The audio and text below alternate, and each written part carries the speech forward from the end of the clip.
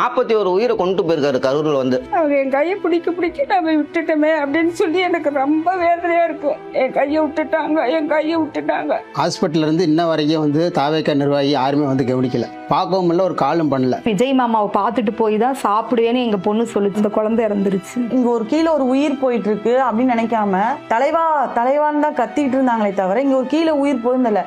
என்ன ஒரு வருத்தம்னா உங்க சைட்ல இருந்து ஒரு ஹெல்ப் இல்ல சார். முடிஞ்சு இவ்வளோ நாள் ஆயிடுச்சு. ஆனா என்ன துடிச்சுட்டு ஹாஸ்பிட்டல்ல இருந்தாங்க, வந்து பார்த்துருக்கணும். ஏன்னா எங்களுக்கு ஆதங்கம் இருக்கு. என்ன ஒருத்தருமே வந்து இன்னும் எந்த ஹெல்ப்புமே பண்ணலையே, நம்ம உயிரே போயிருச்சு. அவரு இல்லைனாலும் அவரை சார்ந்தவங்க நிறைய பேர் இருக்காங்க, அவங்களாம் வந்து பார்த்துருந்துருக்கணும், கூட இருந்திருக்கணும். இல்லாம போனது ஒரு வருத்தம் தாங்க சார். எங்க வந்தாலும் இந்த மாதிரி பாவத்தை பண்ணிட்டு போகாதீங்க.